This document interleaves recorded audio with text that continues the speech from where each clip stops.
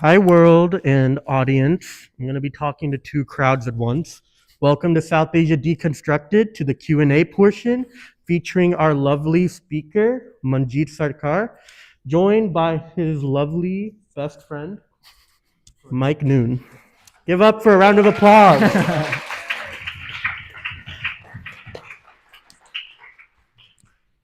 Oh, wait. Hi guys, how's it going? Hell yeah. Thank you so much for coming up, showing up. I am used to perform in full auditorium and it feels similar. So I'm glad. Thank you. Sold out show again.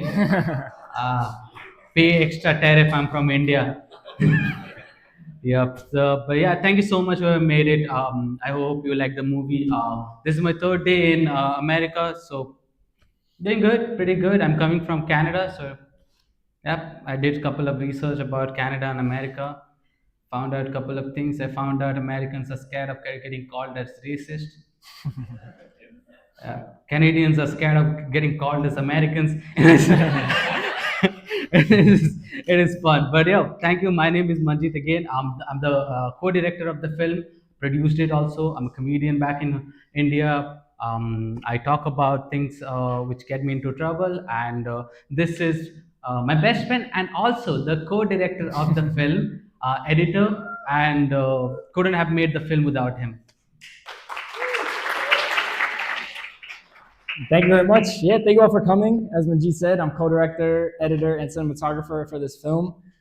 We started this. Well, Manjeet's been working on this for years. Like a lot of this footage, is his whole life. But we sat together last January, 2024, and really that's when we started this whole project.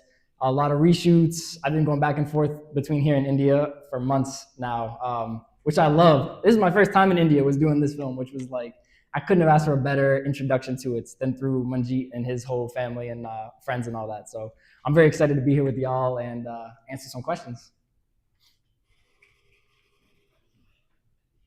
So I'll kind of kick us off for some lovely questions, and then I'll turn it to the audience.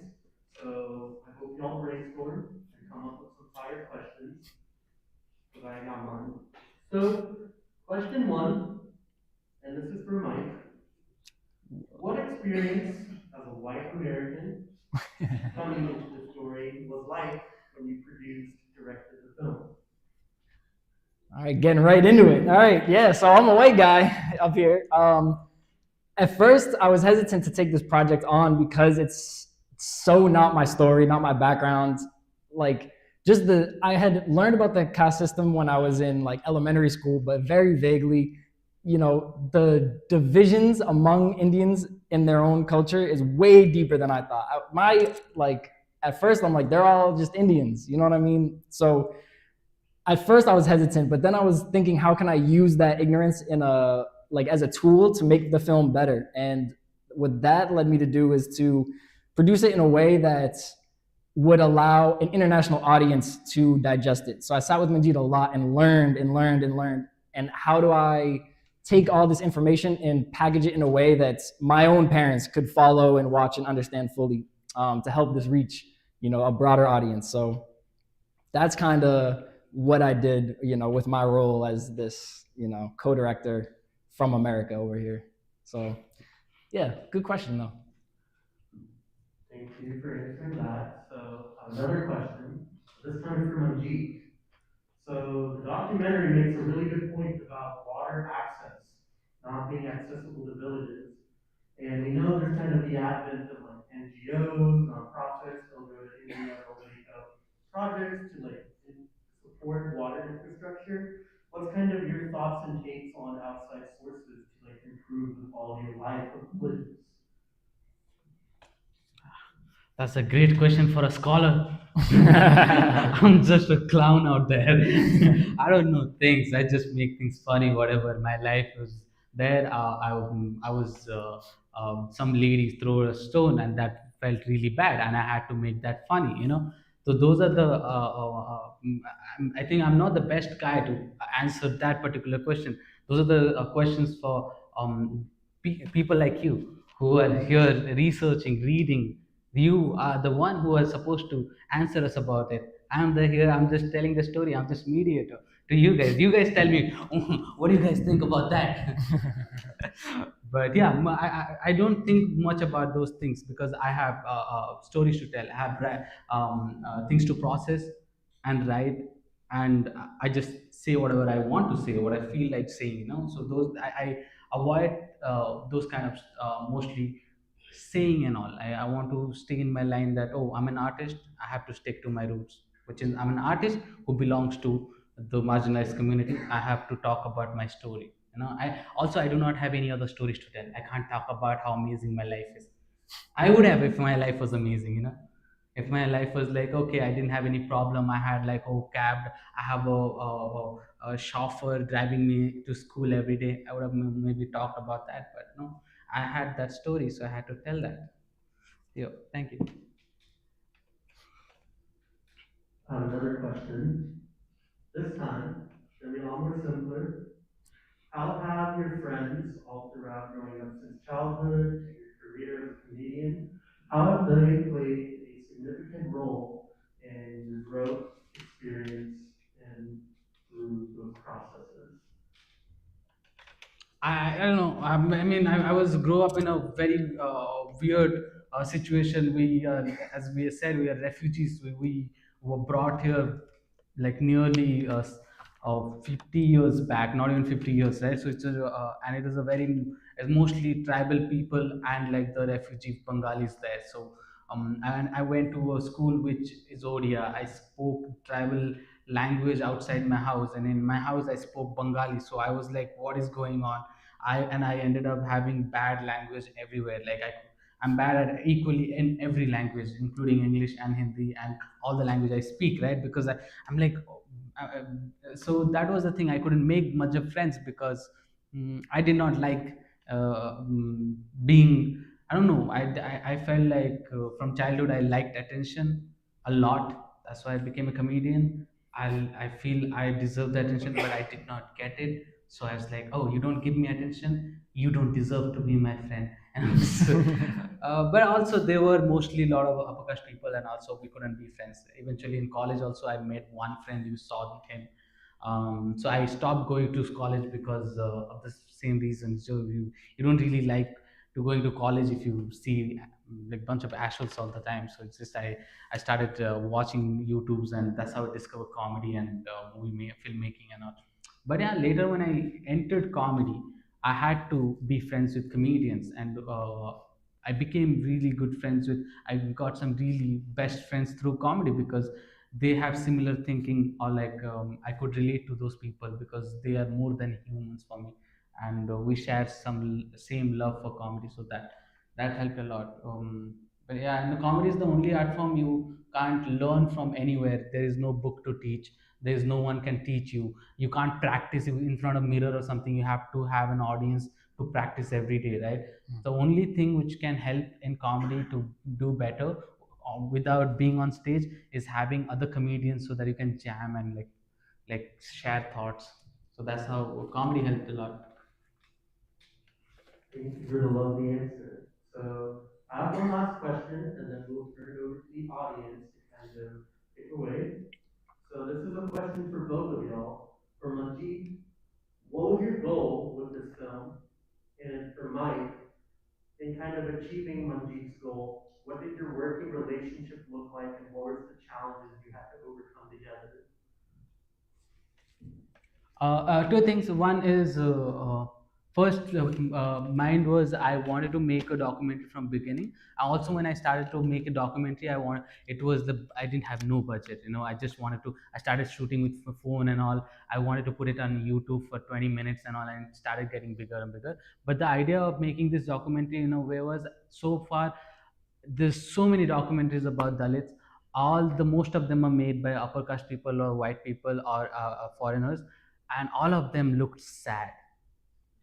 It's just BBC documentary with like some sad Indian music at the background. Oh my God, look at these people, so sad. These people, their life is so sad and crying and all. I didn't. I wanted to make something which is cool. I wanted to show that the Dalit people are cool too. We don't have just sadness as our emotions. We're confident. We're killing it out there. We have other things to do. There is no documentary about Dalit which shows the excellence or the achievement or like being not sad.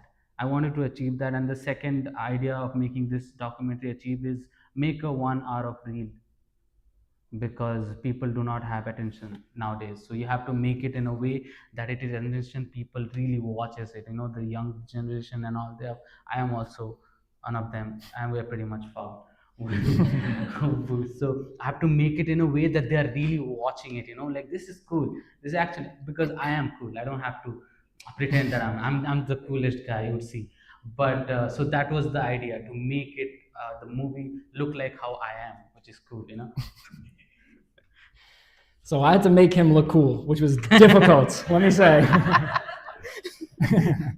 No, it was awesome. Like he gave me that pitch of, all these existing untouchable documentaries are so sad. You look at it, like he said, it looks like everybody's crying. It's like they live in black and white, essentially, the way that they are portrayed.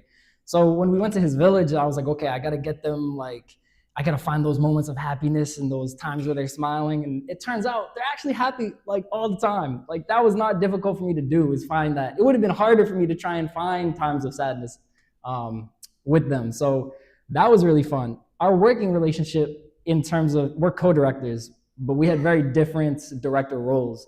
So this is his own life. So his direction is like, is my life being accurately represented? And my direction is more the order that we present that story to the audience so that they can follow and grow with Manjeet and learn about his life in an engaging and compelling way. So we definitely had like tiffs over, some things being included and some things not being included. Something that Manjeet might take for granted as being included, or an Indian audience in general might not even need that in there for context, but like an American group might need to hear that to understand this whole next sequence that we're going to go into. So that was kind of our struggle. And we fought more with our technology than we fought with each other over this. Like we did this on a 10-year-old MacBook that was crashing constantly. The render speeds, like Final Cut Pro, we did this on. I don't know if anyone's familiar with that. So it was like a nightmare a little bit. But it was like very rewarding. Like the outcome of it with both of us behind the wheel was like better than either of us could have done on our own. So very proud of the work that we did together. Cool. Yeah, if you guys have any question, we'll just take it and then we'll wrap it. So how it'll work is, if y'all want to like raise your hands, we have a lovely Indigo person on the left. They're waving their hand over there. They have a little handheld mic that will allow you to speak to Manjeet and Mike. So does anyone want to kick us off? Yeah. Or, they're going to pick, but.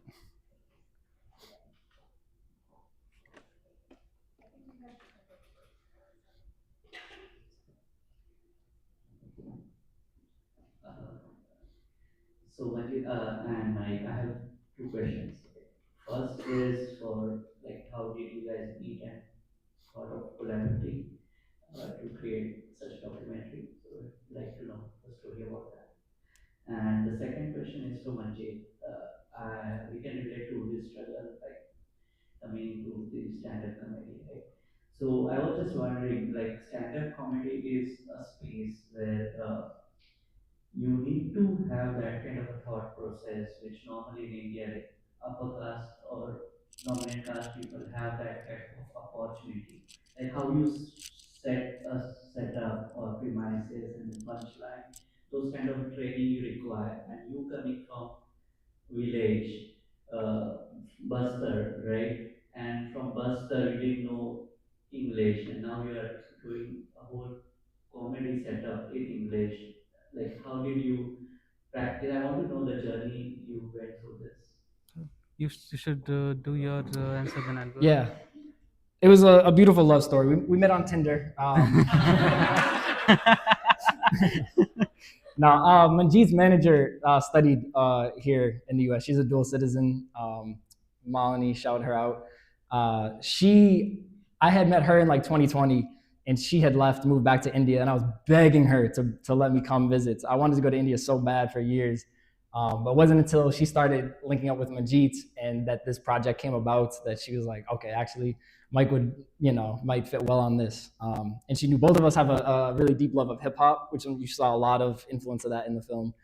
So we clicked really quickly over that. I was actually only supposed to be editor supervisor for 2 weeks in January, and then I ended up extending my stay the whole visa I had, and then eventually they asked me to come on as director, editor, all that full time, which was like awesome. So I'm stoked to be here right now. Uh, yeah, so comedy is India's most expensive art form.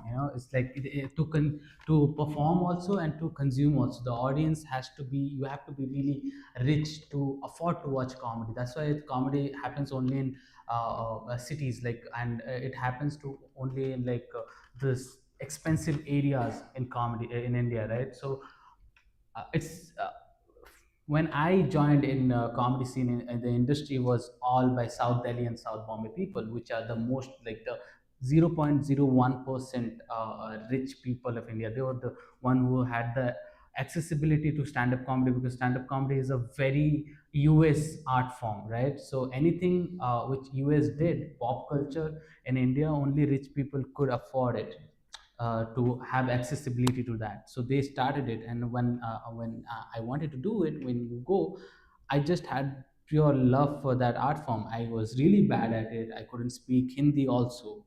I started in Hindi, couldn't speak it, but keep on doing it. I humiliated myself on stage for 1 year, off stage for 2 years. But I don't know if I think how I did it. If I had to do it again, I can never do that. But I did it because I guess didn't I was not good at anything else other than loving the art form. I just it is a very addictive thing when you go on stage, when you get a laugh, and on top of it you say things that you can never say off stage. The like when I talked about me being Dalit on the first time, I had gotten bigger laughs in my life. I have like killed it. I have killed in room full of people. But when I said I'm Dalit and I made and talked about my real story for the first time on stage, I didn't get the biggest laugh, but I felt the most. I felt an emotion that I can't describe how I felt. I felt free, and I wanted to feel that way every day, and that kept me going. I wanted to say things that I can't normally say, and now because I say it on stage, nobody can fuck with me. Because it's cool. As in India, they were like it is very. I know, but for me, I take it for granted that I can speak in front of people and all. But I know I was at a place when I saw people speak in front of a crowd. I used to think this is so hard. So I that helps a lot. Like a lot of people who gives me Kali, like I have like 2,000 death threats on my DMs. I have some 2, 3, 4 FIR on my name. But the fact is, it happens online. They won't come show up in a show because they have to speak in front of the audience, which is very hard. So that helps. Thank you.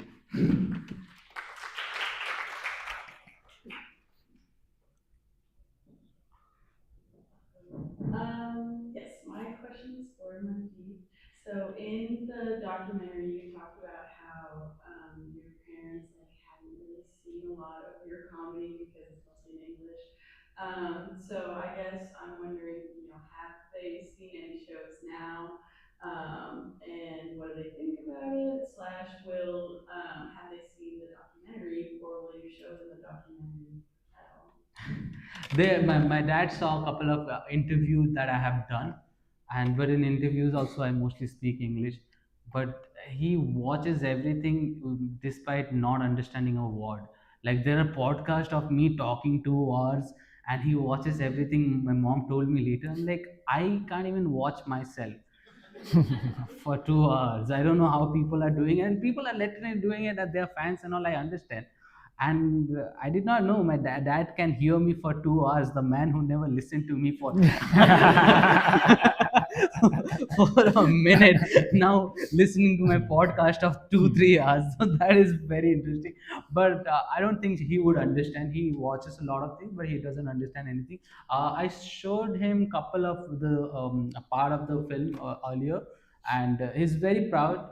but I don't want to also because Indian parents, they are not like, oh, sex. How do you say so many abusive words and sex and all this thing on stage? They know I do. I speak about all this thing, but they are very what do you call that? They're very shy to talk about. They're embarrassed to talk to me directly. Like, why do you talk about sex on stage? Don't do that. But they do know that I talk about caste, and they're very proud of it. They would call me. My dad would call me. Oh, you should read this book. He never went to school, but he knows about particular people, figures that are very revolutionary, and also he's like, you should read about him and talk about it. Maybe all these things. So he's super proud, and that is an amazing feeling. I guess he's proud because I started earning money.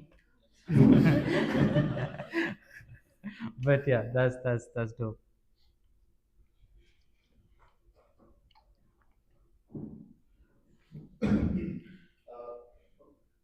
Manjeet, first of all, congratulations to you for making all of us proud, right? Thank you. And you spoke about, death threats. You spoke about some messages. You spoke about FIR, and we have seen that in Indian context, some of the other kind of comedians has to go through some like FIRs or police pick them and they were arrested, kept in jail. So whether it is Hindu or Muslim, if you have Savarna background, right, it's relatively easy. I won't say it is easy, but still it is relatively easy because you have financial muscles, you have legal muscles to fight with the state or the through the legal means. But when you have a background like you, which is like masses of the people, it's very difficult to legally counter or counter these death threats or the FIRs. So it needs a special courage. It needs special circumstances also. So I want to understand how do you motivate yourself? How do you get that courage? I hope you are able to Yeah, answer. yeah, no, I don't actually. It's just like I am scared off stage, right? Like when I'm off stage and all, I overthink about those things and all. Scared. It's just when I go on stage, I can't control myself. I know, like it's very hard. Like those, and when I was in, okay, I'm in USA. I was about to say the P word country, um, but when I was in UN also, there were a lot of things I just thought in my mind I didn't want to say because it is a direct insult to UN. But it's funny also. But when the moment I went on stage, I couldn't control myself. The same thing happens when I go on stage. I just when you get the laughs and all, it's like okay, I'm unleashed there. But and also I'm like I know like I'll give you a start, guys. In India, in jail, 70% of the prisoners are Dalit, and most of them are under trial, which means they are not proven guilty, and they're being there in jail for decades now, and they are not even haven't gotten through charge. Because anyone from upper caste people get any offense and all, they can easily get make it a what do you call the manipulate the situation and get a Dalit into jail and keep on under trial so that they are outside and all these things. So many people died. So that's what he's talking about, that it is not easy. But I'm like, yep, but we'll see. We got some followings. We're famous now. Any PR is good PR now. I don't mind. Like this recently, this person who filed an FIR on me she is a lawyer from the Supreme Court of India, and she filed a case against Sudha Murthy. Sudha Murthy is uh, mother-in-law of Rishi Shonak. Yep. And then she filed a case against Rahul Gandhi, and then she filed a case against me. So I was happy. I was like, I'm in the big league now. but but Sudha Murthy had to say sorry, I did not. But yeah, thank you. Yes, we will take three more questions. Yes, four more questions or five more. Yeah, whatever. I don't mind. I just don't know. Hi, thank you, Devi. Thank you for giving me confidence to share my stories. First is relation, and second is question. So I am also Jamal, and when I grew up in a household where my father was a drunkard with a lot of alcoholism. I always thought that often humiliatingly because I was living in a colony as such where there were many poor people.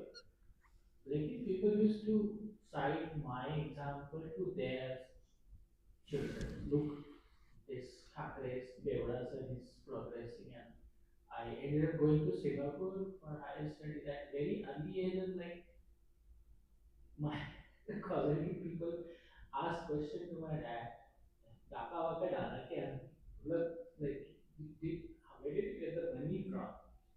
And I never thought of it from an humoristic way, but I think now there can be a humor to it. It's not always a humiliating experience that you have in your family, so it could be humor. Second is, uh, I studied in Tata Institute, so like one of our colleague, he was like very fair looking guy, very handsome guy, so per definition. And our own Dalit people and upper caste people used to say, you are not Dalit. You don't look like a Dalit. Mm. No iPhone, no Mac. Just skinny, coming from a very poor background. But you don't look, you're not Dalit. You're an elite Dalit. So how would you think of this elite Dalitness from a humoristic way? Because there's a, like, even when we get iPhones, oh now you are lost. You are no longer Dalit, now you are king of the Yeah, I mean this is Manjeet before Gucci jacket, and this is after Gucci jacket.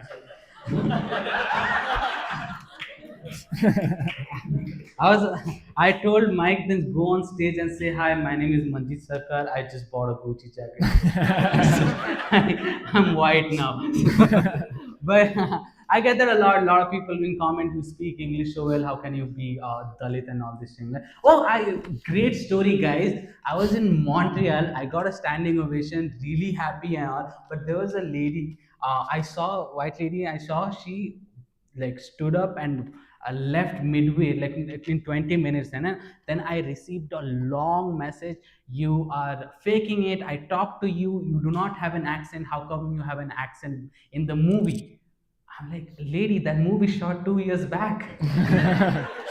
You see, do you really think I do not have an accent? I guess that's a compliment, but like, I do not have an accent, guys. Okay, but that was crazy. So yeah, in India, most of the people, they don't really. The moment you do well, they don't. They'll be like, how can you be Dalit? And they don't realize that it's coming out as in like you have been casteist at all. Like that, one guy was like, how Manjeet is going to America and he claims himself to be Dalit. I'm like, what?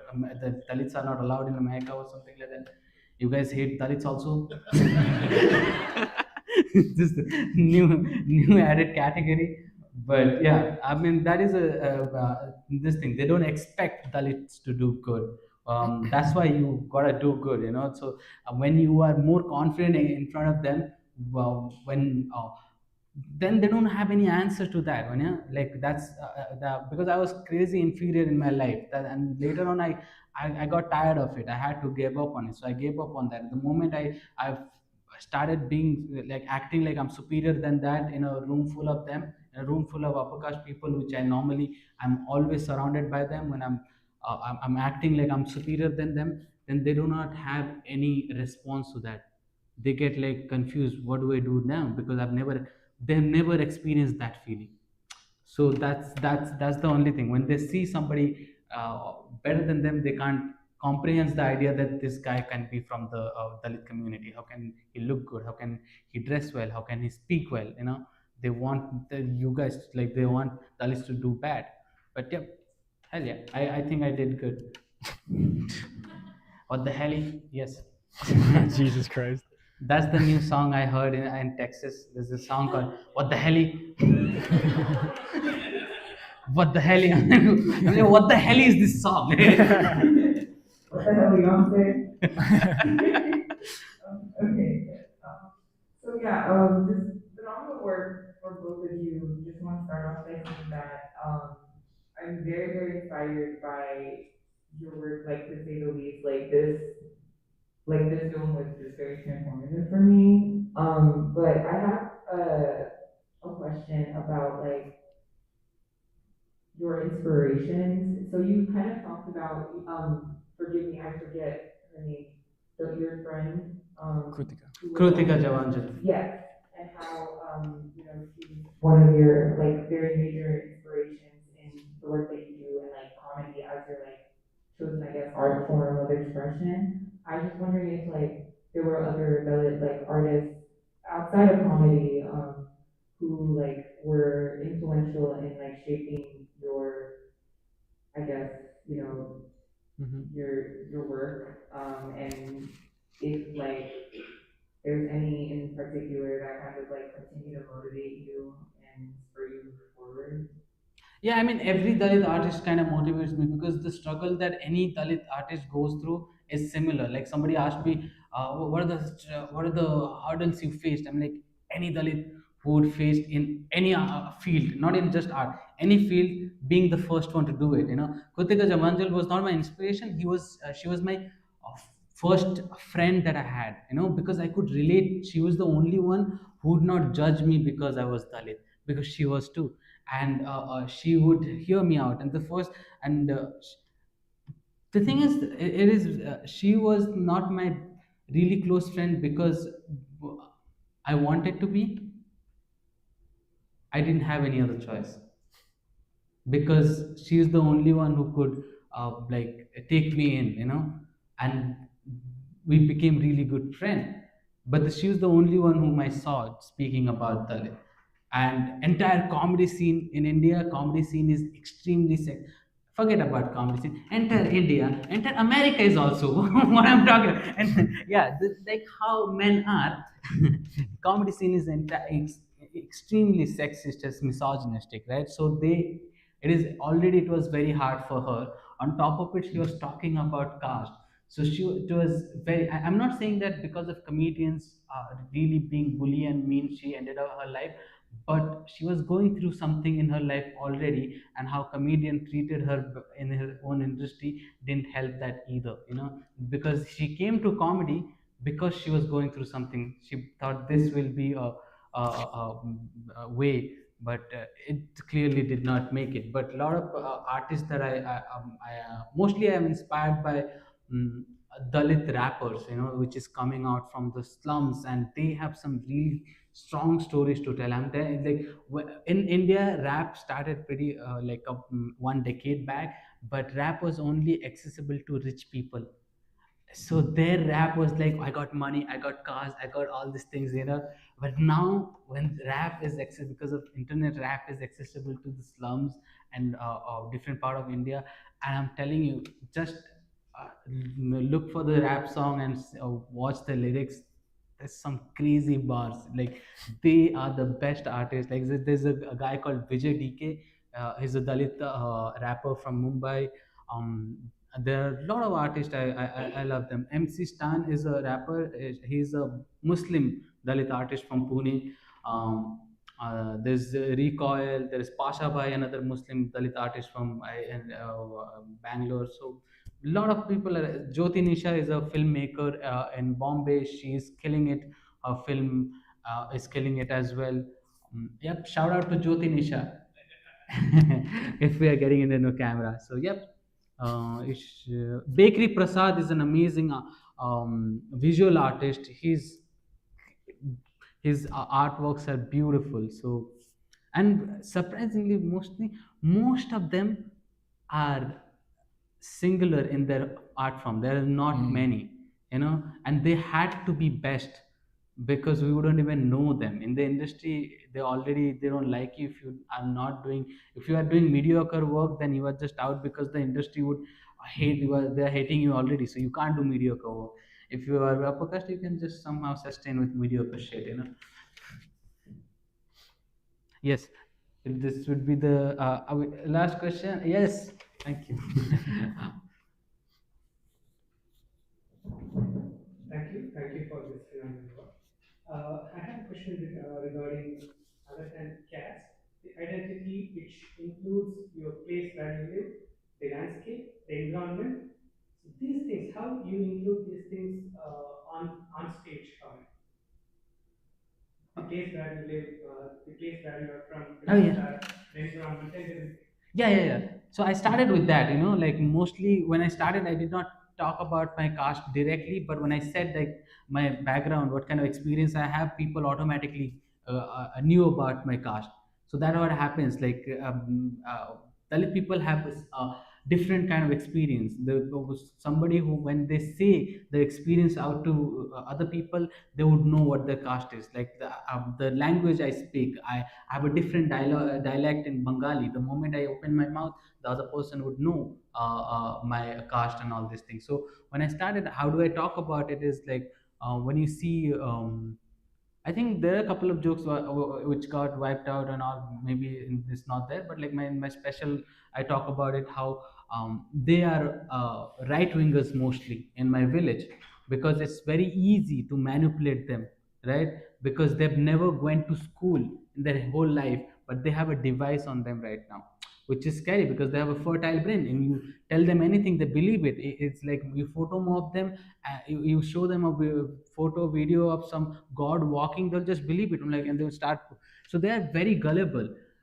Forget about the poor people in village, the rich people in city. In the American people are so gullible, they just believe everything in the internet, right? So on top of it, these people never went to. So that's how I talk about like how different it is, like how why they do not trust the left people, liberal in India, because they do not speak our language. We do not. They don't talk about caste. They, when it comes to equal pay, they talk about in jargon. They keep. We don't relate to them because we've never seen a left leaning person who is talking in our language, or like talking like us, or like who is mentioning caste, and who is uh, we can't even understand them. We mostly talk in English, by the way. So those kind of things I talk about. I talk about my people, but I don't talk about my specific location, because one time when I was going through this massive IT cell attack, um, they were looking for my address, and some Wikipedia, some stupid guy put my address, and it was surprisingly right, and they started looking for my family so that they could harm my family. So I always hide my, like, the main address. I don't even talk about it. I just vaguely say I'm from Bastar, which I started talking about Naxalite, but I did not talk about now because that is the only topic I was told to not talk about. So those are the things. Okay.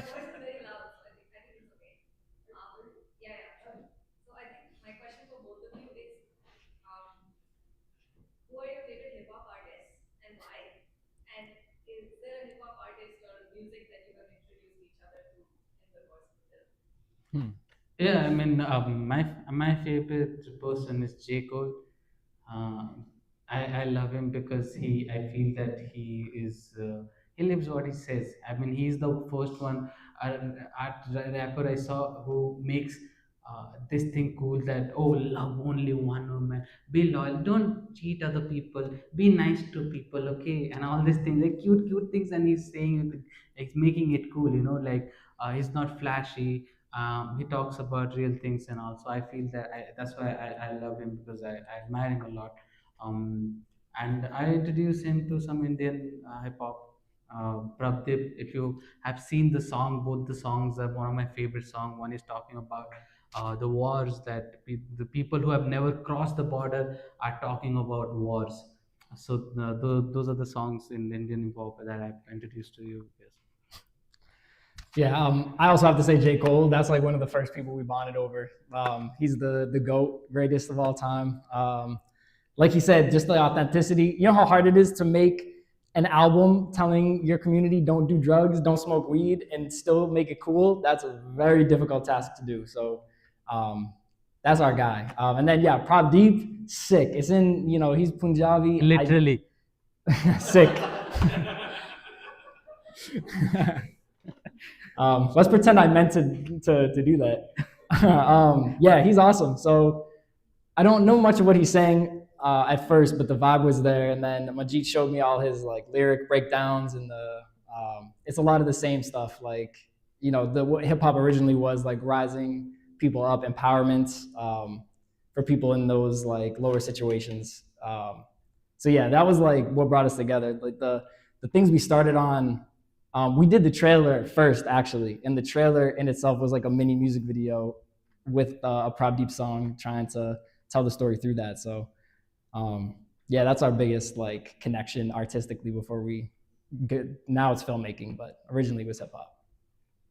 Yeah. Last question. Yes. So this time watching the film, it hit me. Your father talked about how he could not provide support for you in education because he didn't have it. But you're a pharmacist also, right? What was your journey like? How did you find the resources to become educated He- from before college? You know? Yeah, I mean the two things he said that he couldn't support me, which is I feel wrong because he did how much he could.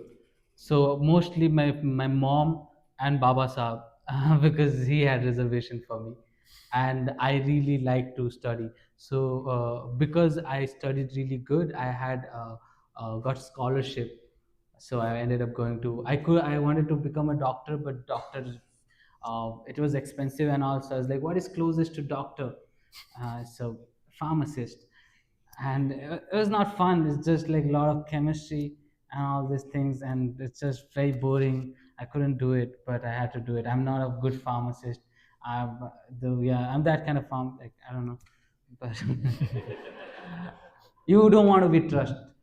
You don't want to trust me with, with medicine. I can sell condoms, yeah. In India, there are flavored condoms they're selling. You guys know that? Flavor condoms they're selling. That is crazy. That's the most innovative things a pharmacist have ever done. Like, I'm like them for that. But yeah, I did it because I wouldn't have done it if I knew other stream.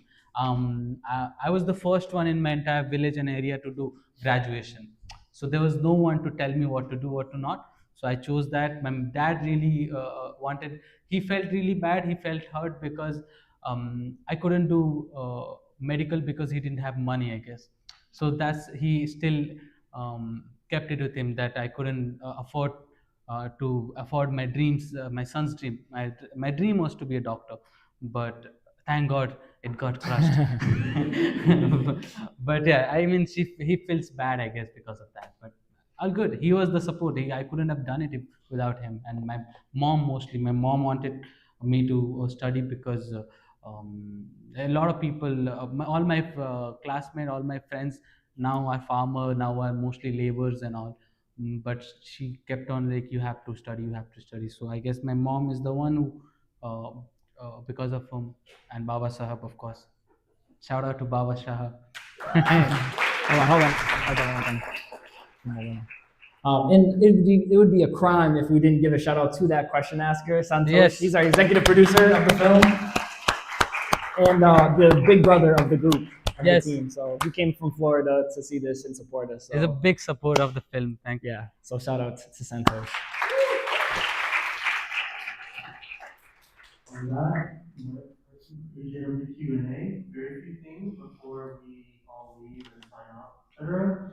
First of all, want to give a big shout out once again to Manjeet's team. That's Manjeet, Mike, in the back right there. We have Malini and we have Santosh. All phenomenal, all made this possible after many years of waiting. So I want to shout out Adi. He's in the back. Good work. And we have our acquisition group in the back who put many years into this work. I just kind of took it up and made sure all of this came to be. I want to give a shout out to all of my Indigo staff that are like running around all over the place to make sure this event goes great. Few more things. One, please support the film. It's probably going to come out at some point. They're going to post it on Manjeet's I hope so. Instagram at some point in the future.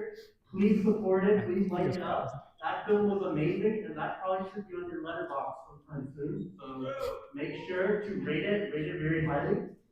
The next thing is we will be putting up a fun little QR code. If you think you really love what this series is, feel free at your discretion to go to the QR code. It's how you can support Indigo and making sure we're providing really high quality programming as a board. We try to focus on providing a more de-centered creative approach to a lot of curriculum that we think is inaccessible as a board. We face the ethic and kind of drive to make really big things happen through communal support, through all of us together. So with that, little plugins from everyone. Thank you for tuning in, and I hope you have a great rest of your evening. Yeah, thank you. Yep.